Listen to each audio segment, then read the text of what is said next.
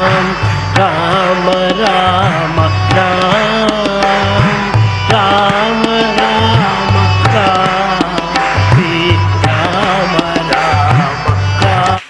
మానవత్వానికి సంబంధించింది. ఎంత అద్భుతమైన మాట.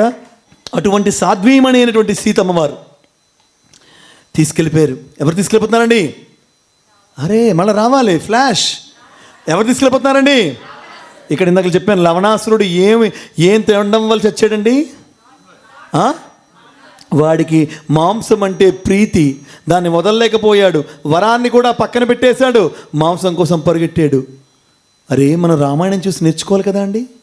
శబరిమాత తాను ఒక గిరిజన మహిళ, గిరిజన స్త్రీమూర్తి, నవ యవ్వనంలో ఉన్నప్పుడు తనకు వివాహం చేయి తలపెడితే జంతు బలి ఇచ్చిన తర్వాత వివాహం చేయాలంటే జంతు బలి ఇవ్వటానికై వీల్లేదని ఆ పెండ్లి పందిరిలోంచి పరిగెట్టి ఎవరికి చెప్పకుండా అడవులకు పారిపోయి మతంగ మహర్షి ఆశ్రమంలో ఆశ్రయం పొందినటువంటి పరమ సాధ్వి భక్తురాలైనటువంటి ఆ శబరిమాతని మనం గుర్తు తెచ్చుకోవాల్సిన అవసరం లేదా? ఈ రోజుకి వచ్చి కూడా ఆ శబరిమలై అనేటువంటి దాంట్లో శబరిగా తానే మిగిలి ఉన్నదే ఆ అద్భుతమైనటువంటి యొక్క ఆ స్త్రీమూర్తి తత్వాన్ని విరాజిల్లుతున్న అపరంజితత్వమైన భారతదేశంలో ఇప్పటికీ మాంసభక్షణ, మాంసాన్నే మీకు తెలియదేమో, ఎక్కడేమో పూర్వకాలంలో స్వామి దగ్గర పుట్టపర్తిలో కూడా కప్పలన్నిటిని కూడా ఒక బుట్టలో వేసి వర్షాలు లేనప్పుడు బెకబెక వాటిని ఎన్నో అల్లర్లు చేస్తే స్వామి తిట్టివారట. తప్పురా తప్పురా తప్పురా, ఆ విధంగా జీవహింస చేయకూడదని వాటిని విడిపింపజేసేవారు. స్వామిని అప్పుడు కోరారు. చాలా రోగాలు వచ్చేవి. స్వామి ఏం మొదలుపెట్టారు? ఏం భజన మండలి మొదలుపెట్టారు?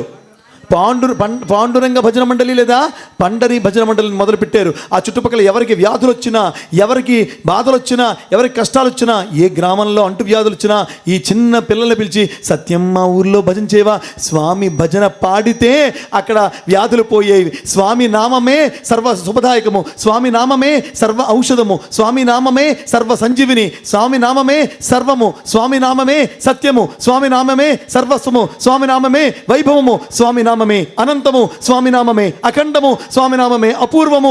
అటువంటి అపూర్వమైన అనంతమైన అపర పరబ్రహ్మతత్వానికి మనందరం కూడా మోకరిల్లి మనం ప్రార్థన చేస్తూ స్వామికి దగ్గర మనం ఆ అద్భుతమైన అంశాన్ని గ్రోలుతూ ఏ నాల్కతో రామాని పల్లికితివో, రామాని పల్లికితివో, ఆ నాల్క మీద తుచ్చమైన మాంసపు ముద్ద పెట్టరాదు.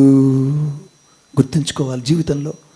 ఇది విని కూడా లేదండి వాడికి పని లేదు, అల్లా అమ్మవారి ప్రసాదం తినపు తప్పుకోదు, అల్లా ఫంక్షన్కి వెళ్ళాను, వాళ్ళు కొంచెం చిన్న ముక్క అండి, చిన్న ముక్క, నేను మీ అందరికి కూడా చిన్న సైనైడ్ మాత్రం ఇస్తాను, చిన్న సైనైడ్ మాత్ర, చిన్న సైనైడ్, చిన్నదే ప్లీజ్.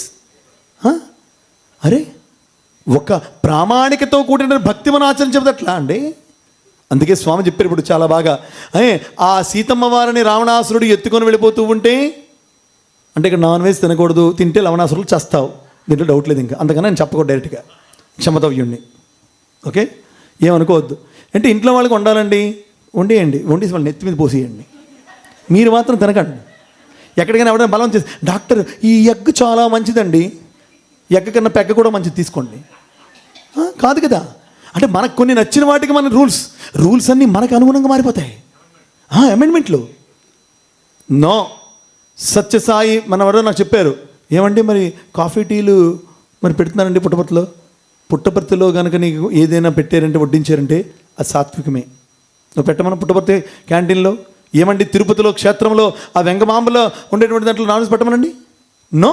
నువ్వు శ్రీశైలం తీసుకుంటావా, తిరుపతి తీసుకుంటావా, పుట్టపర్తియా, షిరిడియా, ఎక్కడ తీసుకో అక్కడ సాత్వికతే ఉన్న తప్ప ఎక్కడ కూడా నకారాత్మకమైనటువంటి రక్తశక్తమైనటువంటి మాంసము లేదు. తిన్నవాడు భక్తుడు కానే కాదని అంశాన్ని గట్టిగా మనందరూ కూడా స్వామి తెలియజేయాలి గట్టిగా.